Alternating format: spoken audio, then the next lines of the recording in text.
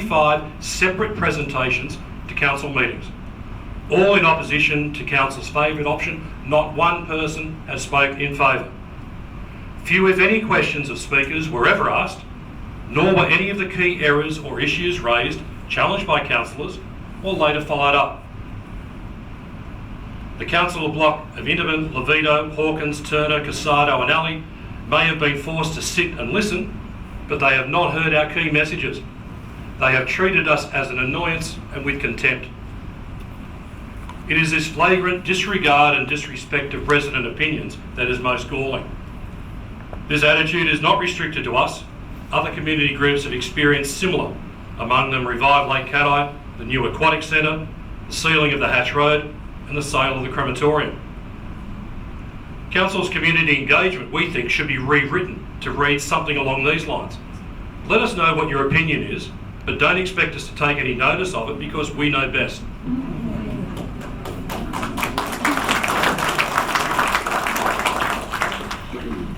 Alarmingly, this council block have treated Leslie Williams and Pat Conningham with similar contempt, while still expecting them to champion government funding for the same orbital road and other projects.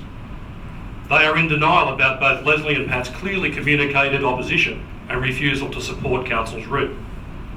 Mayor Pinson, councillors Dixon and Griffiths have tried valiantly to support affected residents and to try and find genuine traffic solutions. They have been repeatedly thwarted by this same voting bloc. The hatred of this group displayed towards the Mayor on this and other issues is palpable. Council is dysfunctional, with roadblocks placed deliberately in place of the Mayor and constant sniping of her leadership.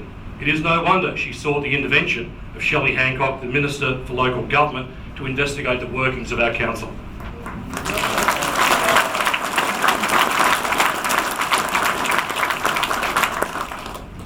One major question: despite our council having a well-established development and environmental department, there has been no attempt to investigate any of the obvious environmental concerns raised by this project.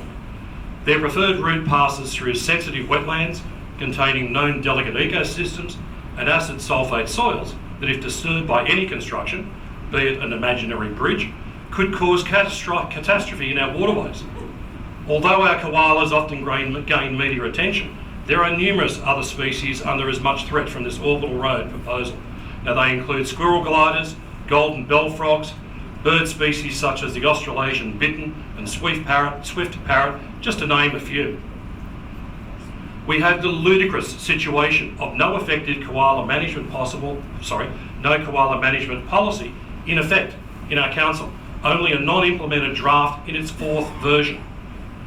The Yes Minister reason given by the council for this lack of a koala policy for over 5 years is that too much koala habitat has been cleared during the interim and remapping is needed. The draft biodiversity policy is in a similar state.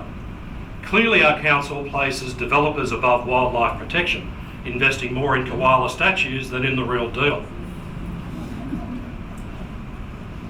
More recently has council's moved to separate the extra airport access from the orbital road project. Councillor Inderman going further to remove Fernhill as an option altogether based on environmental and geological considerations. Interestingly, the council don't have. All of these concerns were raised by Grant Mitchell right at the very start and they've been ignored up until now. Yes, Fernhill Road should be removed, but so too should all the other route options. Something is decidedly fishy about council's determination to provide multiple airport access at all costs.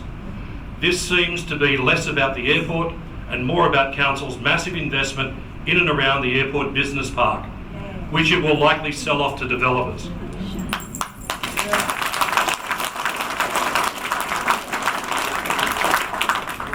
The term conflict of interest comes to mind, even though supposedly consultants paid by council are overseeing this. In a different business context, this might be described as insider trading. In an ideal world, the majority of councillors would see the bleeding obvious and abandon this orbital road. They have already subjected affected residents to enormous and totally unnecessary stress with no concern for our well-being. Our next hope would be the intervention of the state government, triggering a potential glasshouse scenario.